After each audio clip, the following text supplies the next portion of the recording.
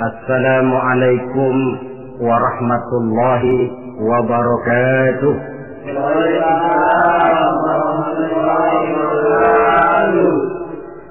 Alhamdulillah, wassalatu wassalamu ala sayyidina Rasulillah, sayyidina wa maulana Muhammad ibn Abdullah wa ala alihi wa sahbihi wa man tabi'ahu wa walah. Subhanaka la ilma lana illa ma 'allamtana innaka antal alimul hakim. La haula wa la quwwata illa billahil aliyyil azim. Amma ba'd. Saudara-saudara hadirin kaum muslimin rahimakumullah. Di bulan ini sebagian saudara-saudara kita yang mendapat panggilan Allah untuk melaksanakan ibadah haji telah mulai mempersiapkan diri untuk melaksanakan ibadah yang istimewa ini. Apa keistimewaan daripada ibadah haji? Pertama, ada ibadah yang dititik beratkan kepada kekuatan badan, yang disebut ibadah badaniyah.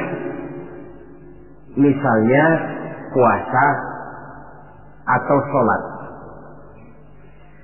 Ada pula ibadah itu yang titik beratnya adalah hati, yang disebut ibadah qalbiyah. Umpamanya zikir khafi, zikir yang tersembunyi. Dan ada juga ibadah itu yang disebut ibadah maliyah, ibadah yang titik beratnya justru kepada harta, seperti zakat, infak atau sedekah. Adapun haji gabungan dari keseluruhannya, ibadah badaniyah, qalbiyah, maliyah. Badan ikut melaksanakan, hati turut juga, harta pun keluar. Bahkan kurang salah satu daripadanya, jelas tidak akan bisa terlaksana ibadah ini. Umpamanya badan sehat, hati pengen benar bikin uang, tidak punya, terpaksa bengong. Atau uang ada, badan sehat, tapi hati belum kepengen. Barangkali ke New York sampai, ke London, Paris, mondar-mandir, tapi ke Mekah nggak bisa sampai. Lantaran hati itu yang memang belum pengen. Jadi ibadah haji ini merupakan gabungan badaniyah, qalbiyah, maliyah. Yang kedua, ibadah-ibadah yang lain jikalau sudah sampai waktunya bisa dikerjakan di berbagai tempat. Ramadan kalau sudah masuk waktunya, mau puasa di Jakarta bisa, di Bandung boleh, di Bogor pun jadi. Zakat kalau sudah sampai haul dan nisabnya, mau dikeluarkan di rumah bisa, di kantor pun boleh. Tidak demikian dengan haji. Dia hanya bisa dikerjakan pada waktu tertentu dan di tempat yang tertentu juga. Kan belum pernah kita dengar orang pergi haji ke Cengkareng. Waktunya tertentu, tempatnya pun tertentu juga. Ini keistimewaan daripada ibadah haji. Oleh karena demikian istimewanya ibadah ini, Allah Subhanahu wa ta'ala mendorong melalui lisan baginda Rasulullah sallallahu alaihi wasallam, di mana Nabi bersabda, al-hajjul mabrur laisa lahu jazaa illa al-jannah. Bahwa haji yang mabrur tidak ada balasan lain dari Allah kecuali surga. Pada kesempatan ini saya ingin ikut menitipkan pesan dan kesan kepada saudara-saudara kita yang akan menunaikan ibadah haji. Apa yang sebaiknya dipersiapkan? Pertama, dan ini yang terpenting, niat. Dengan meninggalkan tanah air menuju Makkah, Madinah, kita bukan turis, bukan mau pergi piknik. Jangan ada niat lain selain niat ibadah karena Allah. Walaupun kita bertemu dengan tempat yang baru, pengalaman yang baru, teman yang baru, tapi niat pertama untuk ibadah karena Allah. Kenapa niat ini penting? Kadang-kadang maklumlah, begitu turun di Jeddah, masuk ke pasar, sudah virus yang dicari, permadani yang dibeli, padahal haji belum lagi mulai, sudah cincin diributin.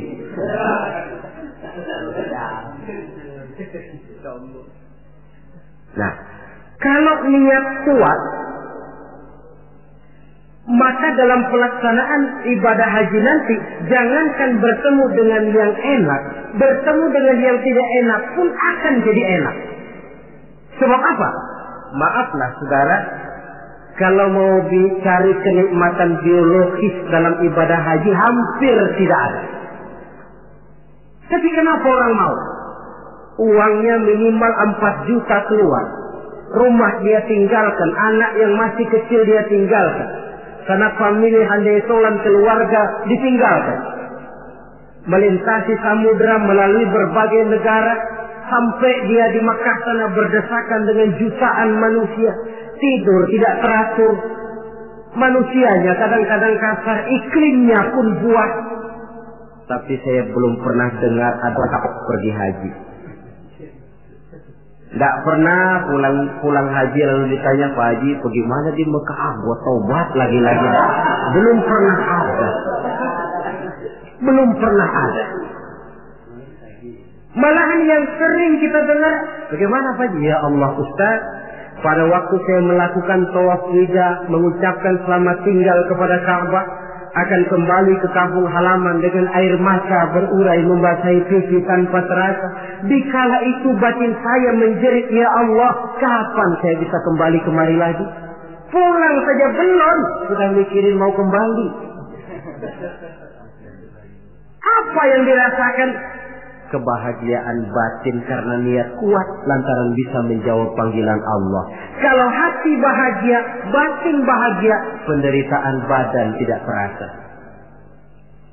Ini yang harus digarisbawahi. Kalau hati bahagia, penderitaan badan tidak terasa. Kita ambil contoh. Ibu kita dikala melahirkan kita, pilihan cuma 2. Kalau tidak hidup, mati. Betul apa betul?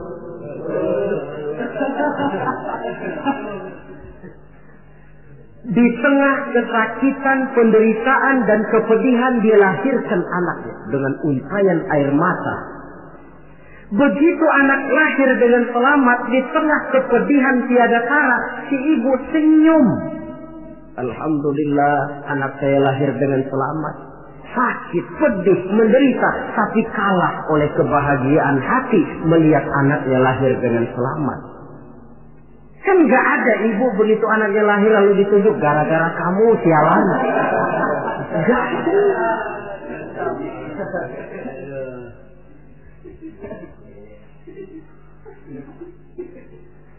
Zaman kita masih muda dulu, punya pacar rumahnya jauh, kalau mau apel lewat pohon bambu, hujan gerimis, cukup seram, jalanan licin. Tapi giliran apel kira-kira berangkat nggak? Wajib.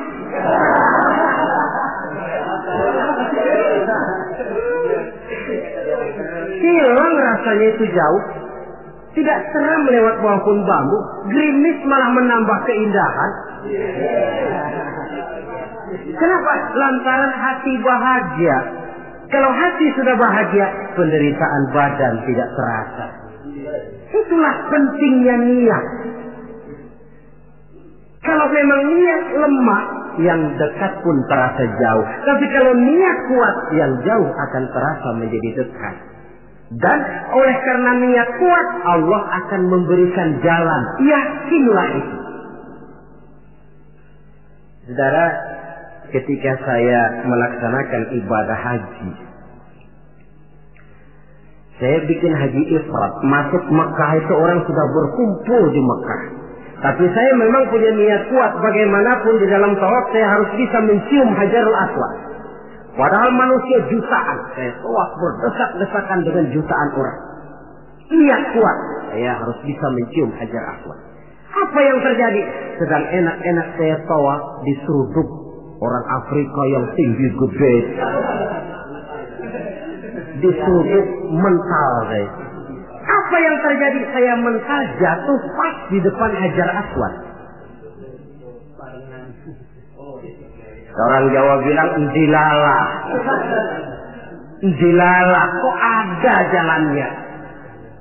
Diseruduknya sakit, tapi kok jatuhnya di situ? Oh, saya pikir Allah memberikan jalan karena niat yang kuat. Tidak cuma sekedar ibadah haji, ibadah apapun saja, ini fondasi utama, niat.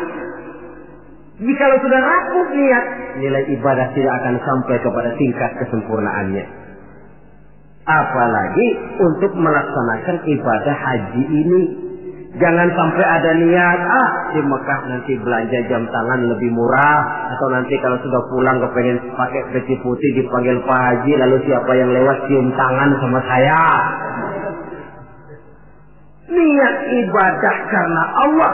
Jangan sampai ketumpangan niat-niat lain yang bisa memalingkan kita daripada niatan ibadah itu sendiri. Satu. Yang kedua, apabila bapak, saudara, ibu-ibu sudah sampailah di tanah haram nanti, puas-puaskan di sana melaksanakan ibadah. Mumpung sudah ada di sana. Sebab itu kalau orang sudah ada kemampuan, jangan lagi ditunda bikin haji ini. Nabi ancam betul itu. Man kana lahu sa'ah falam yahus falyamut in sha'a yahudiyan wa in kana nasraniyan. Apabila orang sudah memiliki kemampuan untuk berhaji tidak dia laksanakan, dia boleh pilih mau mati secara Nasrani atau Yahudi. Imam Syafi'i berkata boleh juga ditunda sampai tahun depan, tapi dengan catatan. Pertama, jangan putus niat. Selalu niat bahwa tahun depan dia mau pergi haji. Yang kedua, dan ini yang berat, dia tidak boleh mati pada tahun itu. Ya kalau niat tidak putus bolehlah, tapi kalau tidak mati tahun itu, ini kan mesti bikin perjanjian sama malaikat maut, ini repot. Mumpung ada di tanah haram, apalagi di tempat-tempat yang mustajabah, di mana doa dijawab Allah, puaskan diri melaksanakan ibadah. Mumpung ada di sana. Kapan lagi mau mengejar keuntungan sebesar itu? 1 rakaat di Masjidil Haram sama nilainya dengan 100.000 rakaat di masjid-masjid lain. Tahun depan belum tentu kita bisa kembali lagi. Taruh kata rezeki ada tapi umur belum tentu ada. Taruh kata umur sampai tapi rezeki belum tentu ada. Mumpung ada panggilan sudah sampailah kita di sana. Pusing-pusing dikit berangkat ke masjid, capek-capek dikit berangkat ke masjid. Puaskan hati dan diri melaksanakan ibadah. Kalau malas yang diperturutkan, kan rugi, sudah buang waktu, tenaga, harta, tapi nilai ibadah tidak seperti yang diharapkan. Jadi yang kedua, mumpung ada di sana, puas-puaskan diri melaksanakan ibadah. Yang ketiga, kalau nanti sudah sampai di tanah haram, entah di Mekah dan Madinah, orang bilang Mekah Madinah itu taman mini akhirat. Artinya apa? Di sana orang harus jujur kepada diri sendiri. Kalau menemukan berbagai kesulitan, jangan mencari kambing hitam. Jangan mencari sebab pada diri orang lain. Cari sebab pada diri sendiri. Kalau di sini kan kita bisa saja berkata, gara-gara lu sih begitu, gue jadi begini. Orang lain kita kambing hitamkan. Di sana kalimat macam itu tidak berlaku. Semua kesulitan, semua hal-hal yang tidak menyenangkan yang menimpa kita, carilah sebab di dalam diri sendiri. Itu obat yang paling mujarab. Sebab kita ke sana memang dengan pengakuan segala dosa. Seperti kata Abu Nuwas dalam syairnya, Ilahi abdukal asi ataka. Wahai Allah, hambamu yang penuh maksiat, berlumur noda dan dosa ini datang menghadapmu ya Allah, memohon ampunan dan taubat dari seluruh dosa.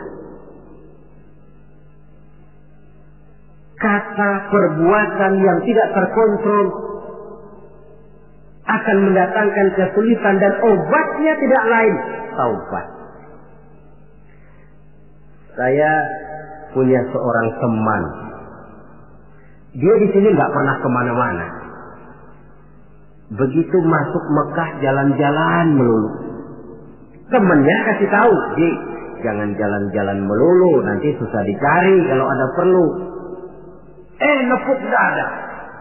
Anak Betawi nih nggak bakalan keder katanya. Sudah selesai dia jalan-jalan mau kembali ke rumahnya, putar-putar nggak pernah ketemu tempat dia tinggal. Sampai 2 hari. Akhirnya dia bertemu seorang syekh. Tuan syekh, bagaimana saya ini? Sudah 2 hari mau pulang nggak ketemu rumah. Nah, kamu memangnya kenapa? Dia pikir-pikir, saya juga sih, lidah ini nggak terjaga, pakai nepuk dada nggak bakalan salah jalan lah, nggak bakalan keder lah. Nah, sana kau masuk Masjidil Haram, tawaf, sembahyang sunnah, sujud di depan Ka'bah, akui dosa dan kesalahan. Dia masuk tawaf, sholat sunnah, sujud di hadapan Allah, mengakui kesalahannya, keluar dari Masjidil Haram, kelihatan rumahnya. Itu yang saya maksud taman mini akhirat. Baik kata, baik perbuatan harus dijaga, dikontrol, jangan sampai masuk dalam apa yang dipesankan Allah. La rafasa wala fusuqa wala jidala fil hajj. Di dalam melaksanakan ibadah haji itu jangan sampai ada rafas. Rafas, kata-kata kotor, kata-kata yang bisa menimbulkan rangsangan. Fusuk, kata-kata yang keji, atau kata-kata yang sifatnya menyesali amalan. Umpamanya, coba gua nggak pergi haji 4 juta dibeliin bajai, tinggal nungguin setoran. Ini masuk fusuk juga. Wala jidal, pertengkaran. Maklumlah suhunya panas. Dalam kondisi panas temperatur mudah naik, orang peka, sedikit tersinggung mudah marah. Lantaran air, lantaran makan, lantaran tunggu menunggu, bisa menimbulkan kemarahan. Oleh karena itu, sekali lagi, pesan saya yang ketiga, orang di sana harus jujur kepada diri sendiri. Jangan mencari kambing hitam kalau menemukan kesalahan, tapi carilah sebab di dalam diri kita masing-masing. Yang keempat, kalau sudah berkumpul kita dengan jutaan umat Islam di Mekah, di Madinah, tidak usah usil dengan amalan orang lain. Sebenarnya tidak cuma di sana, di sini pun seharusnya kita begitu. Tapi akan lebih real kalau kita lihat di sana. Kenapa? Akan macam-macam tingkah orang yang sholat itu. Ada yang sholat selesai takbir, tangannya berlenggang-lenggang saja. Ada yang sholat, malah saya pernah lihat sholat sambil gendong anak. Ada pula saya saksikan di sebelah saya betul. Dia bawa sebotol air zam-zam, dia sholat. Botol zam-zam ditaruh di sampingnya. Waktu dia lagi ruku, botolnya ketendang orang, menggelinding ke depan. Sambil ruku dia samperin tuh botol. Dia ambil, dia taruh lagi di sampingnya, dia terusin sholatnya. Apa lalu kita harus mencak-mencak sampean sholat begitu? Tidak betul. Kembalikan saja kepada ajaran Allah. Lana a'maluna walakum a'malukum. Kami akan mengerjakan amalan yang kami yakini benarnya. Tuhan pun persilakan mengamalkan amalan yang Tuhan yakini benarnya. Tidak usah usil dengan amalan orang. Ini juga seharusnya kita wujudkan dalam kehidupan di sini. Sebab apa? Maaf. Dalam proses perkembangan Islam di Indonesia, dia tidak pernah sunyi dari orang yang tidak senang melihat dia tumbuh dan berkembang dengan pesat. Orang yang tidak senang tentu berusaha bagaimana memporak-porandakan Islam ini. Menghantam Islam terang-terangan jelas tidak mungkin dan tidak berani. Kenapa? Bagaimanapun kondisinya umat Islam, bagaimanapun bodohnya umat Islam, ada satu hal yang positif. Apa itu? Fanatisme agama. Dia masih sanggup ngomong, Mas, gua emang kagak sembahyang, tapi agama gua lu acak-acak, gua bacok.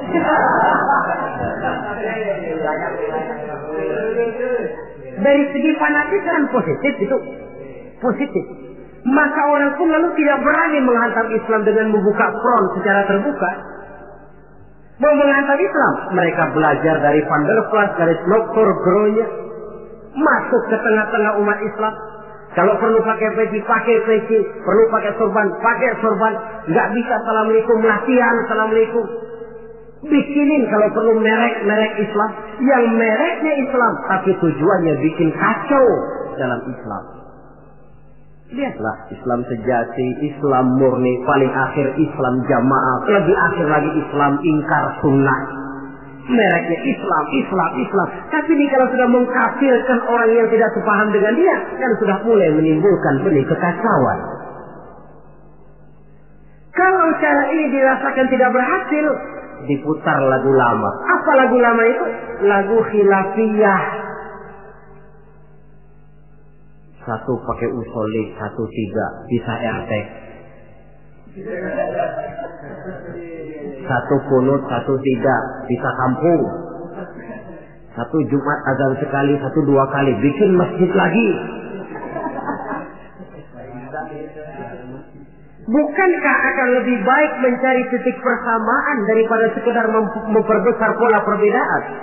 Apalagi kalau perbedaan itu menyangkut hal yang tidak prinsip, furu'iyah. Sehingga saya kalau ditanya orang, jawaban saya paling enak. Ustaz, kalau subuh pakai ulut enggak? Kalau saya pakai. Yang tidak pakai bagaimana? Yang tidak pakai, kata yang tidak pakai. Kata yang tidak pakai. Jadi pakai kunut betul? Betul, karena saya pakai kunut. Tidak pakai kunut juga betul? Betul, kata yang tidak pakai kunut. Nah, kalau yang kunut betul, yang tidak kunut betul, lalu yang salah yang mana Ustaz? Yang salah iya, yang subuh enggak sembahyang.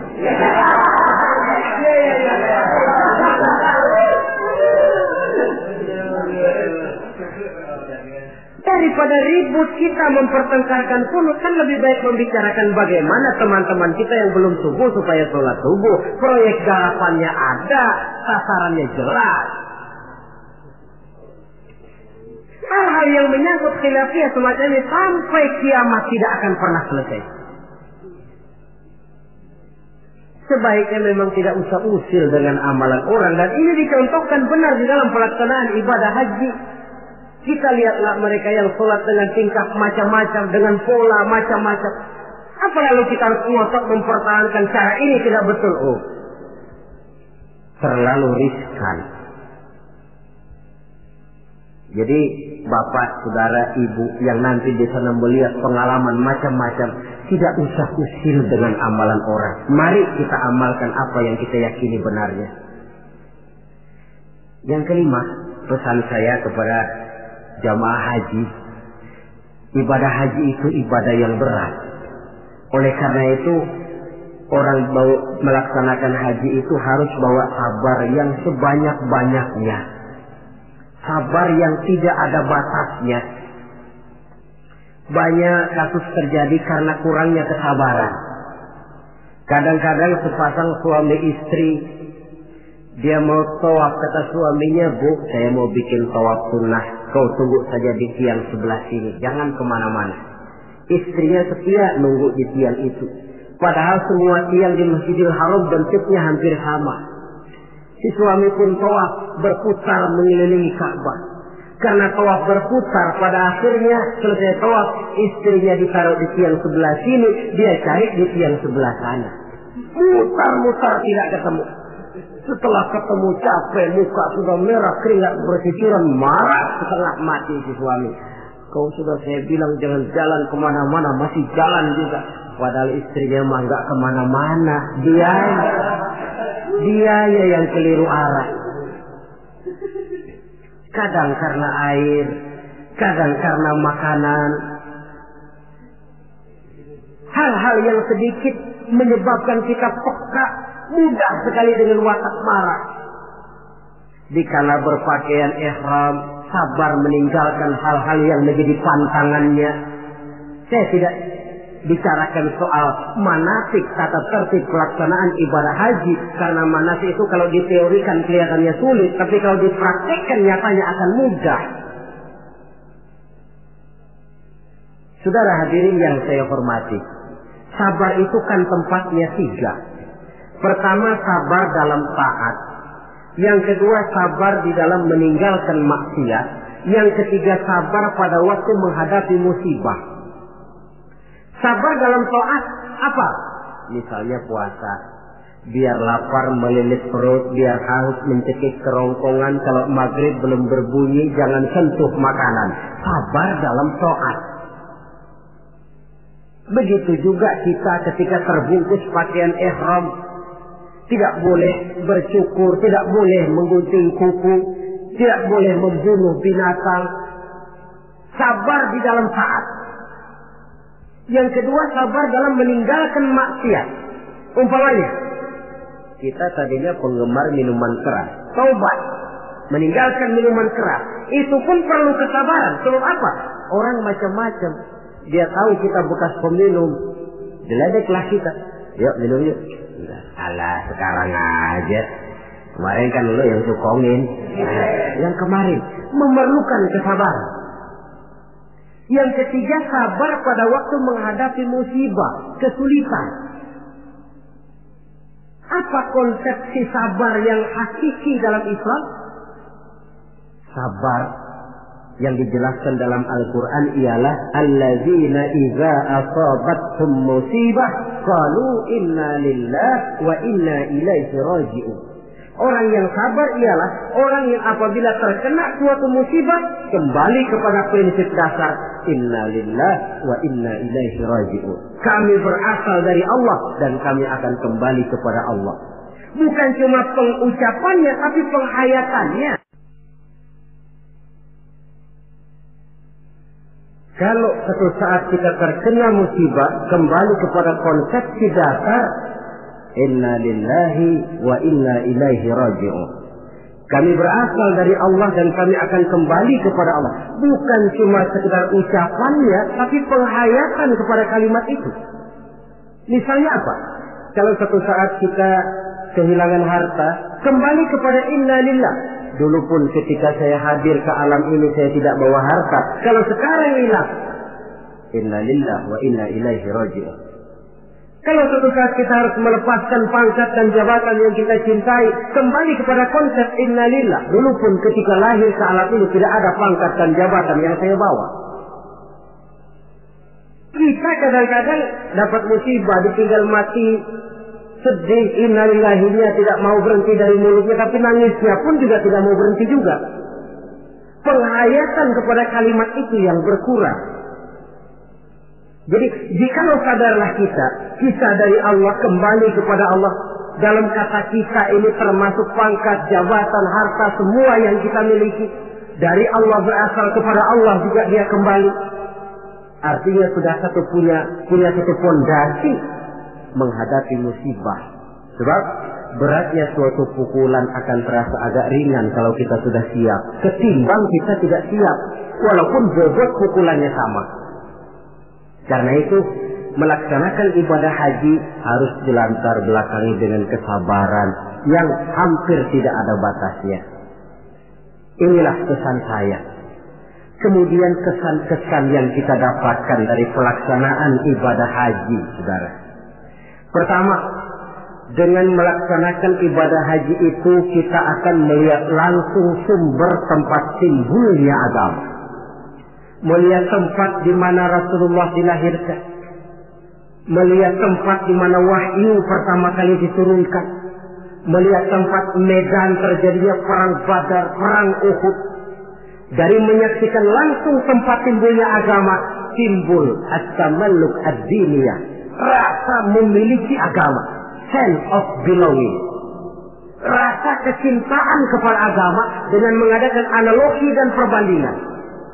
Ya Allah, para sahabat dulu, karena iman yang dijaga, karena agama yang dibela, mereka hijrah dari Makkah ke Madinah 450 kilo lebih, menempuh perjalanan gurun pasir yang gersang dan tandus. Zaman itu kendaraan paling deek onta.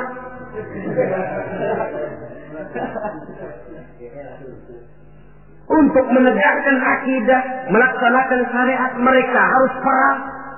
Kita ini melaksanakan agama ibarat nasi mas tinggal nyuap. Rasul, para sahabat, generasi kemudian yang berjuang dengan untayan air mata, cucuran keringat, bahkan aliran darah. Apakah nasi yang tinggal nyuap ini masih harus tumpah ke tanah? Alangkah sayangnya melihat langsung sumber tempat timbulnya agama. Ada rasa kebanggaan, ada rasa tanggung jawab. Yang kedua kesan saya, orang bilang ibadah haji itu katanya Kongres Umat Islam Internasional. Kita sudah melihat Islam dalam skala yang makro, dalam bentuk nuansa pandangan yang luas. Apa artinya ini? Artinya seorang muslim itu tidak boleh bermental seperti katak di kolong tempurung, merasa diri paling besar karena tidak pernah kemana-mana. Tapi dilihat Islam dalam kancah internasional, sejak dari warna kulit sampai kepada bahasa, sampai kepada bentuk manusia, macam-macam berkumpul. Tapi apa? Dibungkus dengan pakaian yang sama, membaca bacaan yang sama, melaksanakan ibadah yang sama, menyembah Allah Tuhan yang sama, membaca bacaan yang sama. Dari sekian persamaan timbul ikatan spiritual bahwa muslim bersaudara, bahwa Islam ini luas. Bukankah sering terjadi kadang-kadang orang melihat Islam seperti orang buta melihat gajah? Frame of reference, kacamata pandangan yang dia gunakan sipit. Ada 3 orang buta dilepas ke kebun binatang, disuruh kenal gajah. Saya yakin laporannya pasti lain-lain. Kata orang buta pertama, lapor. Gajah tipis lebar kayak kipas.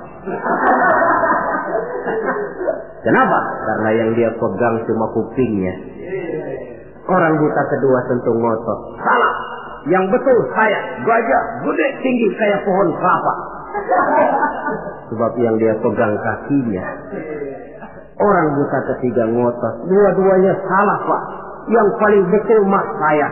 Kalau gajah mah Pak, kecil panjang kayak ular. Sebab yang dia pegang ekornya. Salahkah mereka? Tidak salah, cuma datanya kurang lengkap. Bahwa gajah macam kipas, betul telinganya. Bahwa gajah macam ular, betul ekornya. Tapi gajah secara total adalah gajah yang bukan kipas, bukan ular, bukan pula pohon kelapa. Ini yang fisik dan tidak mendidik, kadang-kadang baru kenal kuping gajah, kemana-mana sudah pidato. Saudara-saudara, gajah tipis lebar kayak kipas. Diundang lagi ke tempat sebelah sana, begitu lagi pidatonya. Buat orang yang sudah kenal gajah, dia diketawain. Belum buat orang yang belum kenal gajah, dia malah menyesatkan. Dua-duanya sama tidak mendidiknya. Nuansa pandangan yang luas. Yang ketiga, kesadaran hidup. Dari mana ini dimulai? Dari pertanyaan dikala kita merenung di padang Arafat yang terhampar luas membentang, sejauh mata memandang cuma tenda-tenda putih dua yang nampak. Dari mana kita datang? Di mana kita sekarang? Mau kemana kita akan pulang? Dikala itu air mata berurai membasahi pipi tanpa terasa. Inilah barangkali taman miliknya padang mahsyar di akhirat nanti. di mana kita melepaskan semua status sosial. Dikala itu jenderal tidak akan dipanggil jenderalnya. Dikala itu yang intelek dan yang awam tidak tahu lagi kita. Dikala yang kaya dan yang miskin sudah sulit dibedakan. Bukankah itu pantulan daripada kehidupan yang pasti akan kita temui? Lalu dunia ini apa? Persis kalau diibaratkan dunia ini cuma sekedar sebuah panggung sandiwara. Sang sutradara Allah Subhanahu wa ta'ala. Penonton malaikat. Panggung sandiwaranya dunia ini. Pemainnya seluruh manusia. Skenarionya Quran dan Sunnah. Sutradara berjanji kepada pemain-pemain yang bermain dengan baik sesuai dengan petunjuk dalam skenario Quran dan Sunnah akan diberikan piala Kisra berupa surga. Tapi mereka yang menyimpang dari teks skenario sampai panggung sandiwara kacau, mereka pun akan mendapat imbalan yang sesuai. Saya Ustaz, ini peran saya dalam panggung sandiwara dunia ini. Saudara pegawai, saudara pedagang, saudara seniman, peran yang sedang kita pegang. Peranan kita pasti akan selesai dengan dua kemungkinan. Pertama, memang skenario-nya mengharuskan peranan kita sampai di situ. Selesai. Itu apa itu? Ajal. Yang kedua, panggung sandiwaranya yang memang sudah harus dibongkar. Apa itu? Kiamat.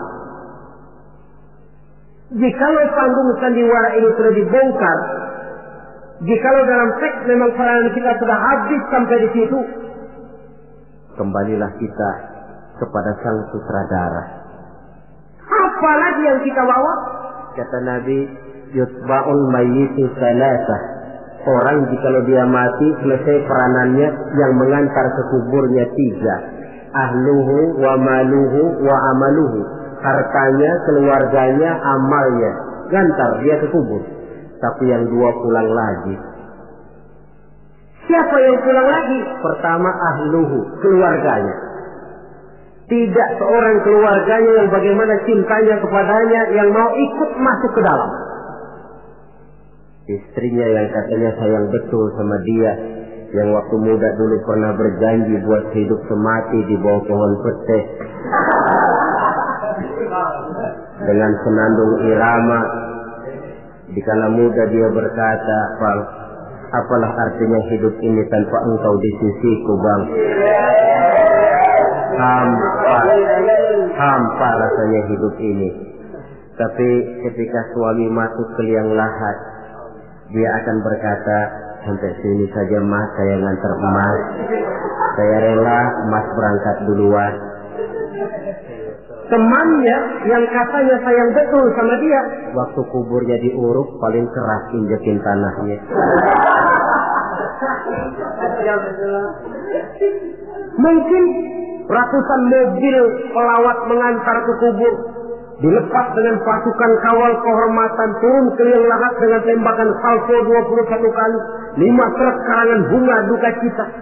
Bila selesailah upacara pemakaman, selesailah yang selesai, tinggallah yang tinggal. Pasukan kawal kehormatan akan kembali ke asrama. Untayan bunga duka cita yang 5 truk akan jadi onggokan sampah. Tembakan salvo yang 21 kali tidak akan sempat membuat Munkar Nakir jadi mundur. Pada dikira kalau sudah ada salvo lalu Munkar Nakir pikir gua kagak jadi tanya dah.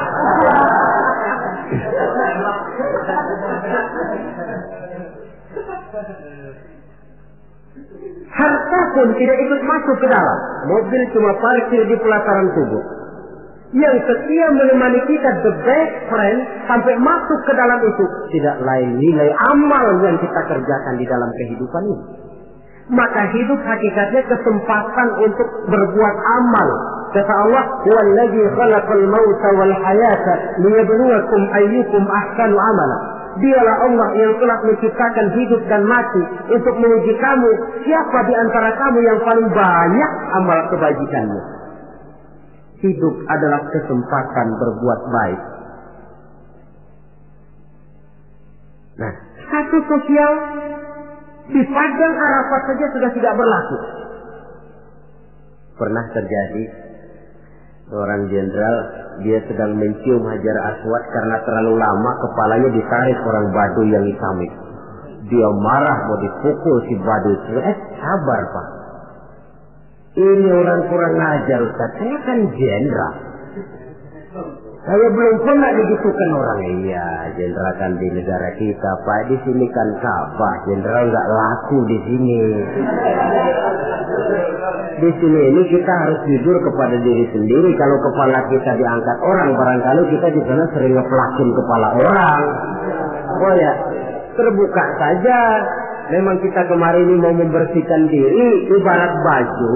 Kita datang bawa baju kotor, berharap pulang mau bawa baju bersih yang bisa disimpan dalam lemari.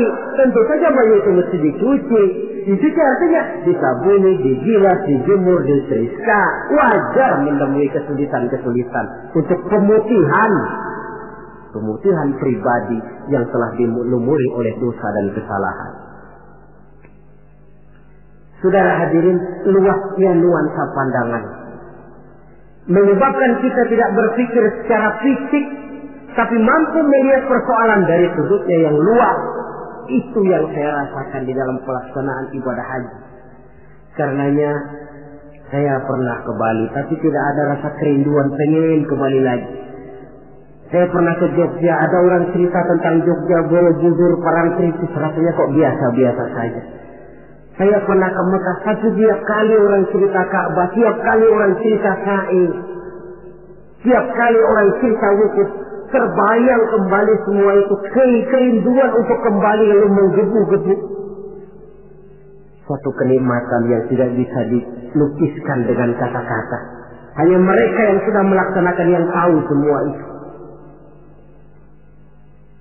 Paling akhir, tentu sekedar kesan kita harapkan Bapak, Saudara, Ibu yang akan melaksanakan haji ini tidak hanya sekedar bisa pergi, tapi kembalilah ke tengah keluarga dengan selamat, dan yang paling penting membawa haji yang mabrur. Apa yang haji mabrur itu?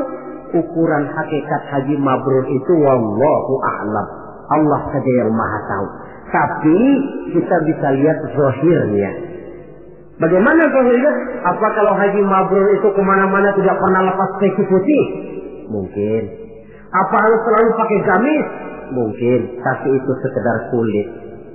Kulit sih bisa dibikin-bikin. Kulit penting, isi penting. Saudara dapat duren di jalanan, isi doang, kulitnya nggak ada. Kira-kira mau makan nggak? Jadi kulit penting, isi penting. Lebih penting daripada kulit adalah isi. Artinya apa? Jiwa haji. Bukan cuma sekedar pakaian haji, tapi berjiwa haji yang ditempa oleh pengalaman di Mekah, Madinah, dan di tempat-tempat bersejarah lainnya. Membekas dan membayang dalam gerak hidup kita. Kalau setelah pulang haji lebih positif daripada sebelum dia berangkat, itu tanda di antara tanda-tanda haji yang mabrur. Sebelum berangkat haji, sholatnya masih agak belang-belang. Setelah pulang haji, full, tidak ada belangnya lagi. Sebelum berangkat haji, kulitnya 17 setan. Setelah pulang haji, berubah menjadi orang yang dermawan. Itu tanda mabrur. Sebab apa? Di masyarakat haji ini barometer. Orang sering bilang, kenapa lo maghrib kok nggak ke masjid? Itu aja yang Pak Haji masih di perapatan. Pak Haji katanya. Padahal kan tidak mesti begitu. Tapi masyarakat kadang menilai itu sebagai figur. Ini yang harus kita hati-hati. Makanya tidak heran dalam komposisi rukun Islam, ibadah haji diletakkan yang kelima. Kenapa? Sabda Nabi, buniyal Islamu ala khamsin. Kalau Islam ibarat rumah, maka rumah ini didirikan di atas 5 unsur. Kita bandingkan Islam dengan rumah. Orang kalau mau bangun rumah sebelum pasang tiang, kusen, jendela, kan yang paling dulu dia bikin fondasi. Dalam bangunan Islam fondasinya apa? Asyhadu an la ilaha illallah wa asyhadu anna Muhammadar Rasulullah. Kenapa saya katakan fondasi? Saya bersaksi tidak ada Tuhan melainkan Allah. Artinya apa? artinya saya tidak akan menyembah kecuali hanya kepada Allah. Saya tidak akan minta tolong kecuali hanya kepada Allah. Saya tidak akan menggantungkan hidup kecuali hanya kepada Allah. Saya tidak akan minta rezeki kecuali hanya kepada Allah. Saya tidak akan pernah takut kecuali hanya kepada Allah. Fondasi. Kalau fondasi keropos, bangunan tidak akan tahan lama. Benar, Tuhan kamu Allah. Betul. 1 juta ya, tidak Tuhan. Ya, 2 juta, 2 juta, 10 juta enggak. Sekali Allah Tuhan saya, sampai titik darah saya yang paling penghabisan, Allah Tuhan saya. Ini fondasi yang mantap. Tapi kalau masih bisa digoncang, masih fondasinya rapuh, Tuhan kamu Allah, iya. Tunggal, lam yalid wa lam yulad. Ya, atur aja dah. Gimana kalau kita atur? Gimana ya? Pikir-pikir dulu. Masih pikir-pikir dulu pun merupakan ciri akan rapuhnya fondasi. Nah, kalau fondasi sudah siap, baru mulai naik pasang tiang. Dalam bangunan Islam yang jadi tiang apa? As-salat, imaduddin. Salat, tiang agama. Tiang pokok 5. Zuhur, asar, maghrib, isya, subuh. Tapi supaya bangunan ini kuat, ada tiang-tiang tambahan. Tahajud, hajat, istikharah, duha. Tiang-tiang tambahan supaya rumah kuat. Tapi jangan lupa, tiang diri di atas fondasi. Kalau fondasi miring, tiang ikut miring. Hanya orang sembahyang kan macam-macam. Ada yang harian, ada yang mingguan, ada yang tahunan. Yang harian itu ada yang mulus, ada yang belang-belang. Kalau yang belang, zuhur kena, asar out. Asar ketangkap, maghrib hilang. Maghrib kepegang, isya terbang. Ada yang mingguan, Jumat aja modal. Ngancam bener kalau sama Jumat. Ada yang tahunan, Idul Fitri sama Idul Adha. Yang tahunan itu lumayan daripada yang polos. Saudara-saudara, fondasi sudah, tiang sudah. Kalau rumah supaya ada batasnya kan perlu pagar, dinding. Yang menjadi dinding kata Nabi, as-siyamu junnatun. Puasa adalah dinding, benteng. Kenapa? Esensi puasa kemampuan mengendalikan nafsu. Kalau orang hidup tidak sanggup dan mampu mengendalikan nafsu, ada benteng, pagar, nggak ngacak-ngacak kebun orang. Tahu batas mana yang dia berhak dan tahu batas mana yang dia tidak punya hak. Kemampuan mengendalikan nafsu. Nah, sudah, fondasi sudah, tiang sudah, pagar sudah, rumah supaya bersihkan harus ada jendela, pintu, lubang angin, kamar mandi yang fungsinya membersihkan. Dalam agama yang fungsinya membersihkan zakat. Kalau dia zakat mal, dia bersihkan harta kita. Dia zakat fitrah, bersihkan jiwa kita. Zakat tijarah, bersihkan tanam-tanaman kita. Makanya kalau orang muslim nggak mau bayar zakat, sama juga rumah nggak pakai pintu, nggak pakai jendela, nggak pakai lubang angin, nggak ada kamar mandi, panas, lekam. Kata orang kampungnya. Anak yang kecil tuh, adik-adik kita, kalau nggak dibayarin zakat fitrahnya, panas tuh anak, sangar.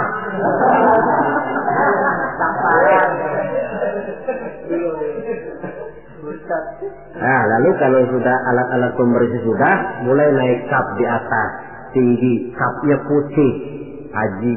Kalau kita kan masih kap hitam. Kalau sudah naik kap, biasanya rumah itu kan sudah agak adem. Artinya apa? Orang kalau sudah selesai menunaikan ibadah haji, temperamennya, jiwanya, pembawaannya lebih mapan, lebih matang, lebih dewasa, pertimbangannya lebih banyak. Kenapa? Skalanya sudah skala pasang kap. Dia sudah harus menjadi panutan di dalam kehidupannya, menaungi. Maka ibadah haji itu menaungi kepribadian orang. Di satu pihak kita ngukur-ngukur juga. Kalau kemarin saya masuk ke gedung bioskop terang-terangan, barangkali nggak begitu malu.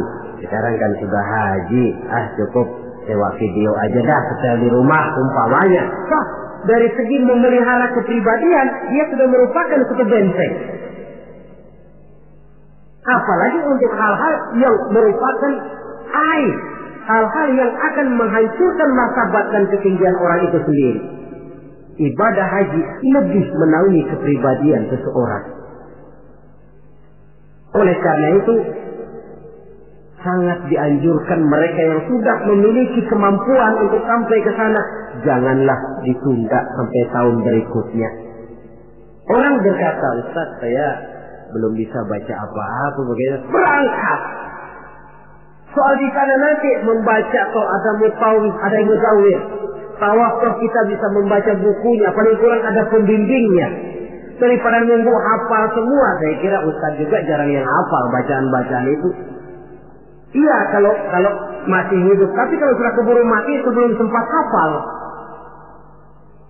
Contoh saja, tiap putaran tawaf memang bacaannya lain. Putaran pertama baca ini, putaran kedua baca ini. Kalau harus hafal semua kan sulit. Tapi Islam prinsipnya la yukallifullahu nafsan illa wus'aha. Allah tidak pernah memberikan beban kepada seseorang kecuali sesuai dengan batas kemampuannya. Kalau baca sama sekali tidak bisa, baca saja doa sapu jagat. Tiap putaran, Rabbana atina fid dunya hasanah wa fil akhirati hasanah wa qina azabannar. Putaran kedua, Rabbana atina fid dunya hasanah. Boleh dan sah. Watak hukum Islam ini kan elastis. Tidak kalau sudah begitu ya mesti begitu. Kaku tidak. Yang sering kaku kita umat Islam ini. Allah memerintahkan sesuatu. Kalau kemampuan melaksanakan perintah berkurang, stres perintah menurun. Sholat wajib berdiri kalau mampu. Tidak mampu berdiri, duduk sholat sembayangnya. Kalau sembayang duduk tidak bisa, berbaring. Kalau berbaring pun tidak sanggup, sembayang dengan isyarat. Kalau sembayang dengan isyarat masih tidak bisa, sembayang dalam hati. Kalau sembayang dalam hati tidak pula sanggup, disembayangin. Kalau dengan hati sudah tidak bisa kan sudah innalillahi namanya. Kalau kemampuan melaksanakan perintah berkurang, stres perintah juga menurun. Watak elastisitasnya hukum Islam. Tidak kaku, tidak kalau sudah begitu ya harus begitu. Tidak. Suatu hari seorang datang melapor. Halaktu ya Rasulullah, ya Rasul, celaka saya. Ma'ahlakaka, apa yang bikin kamu celaka?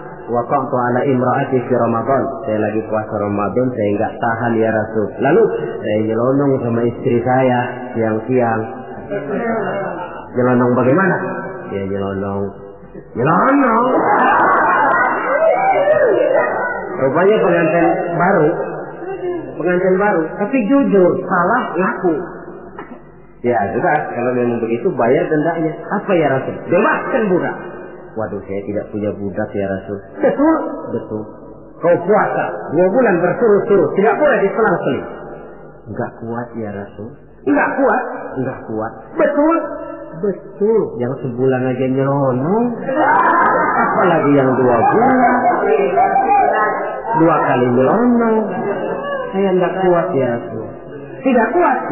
Nah, beri makan 60 fakir miskin, 1 orang setumut.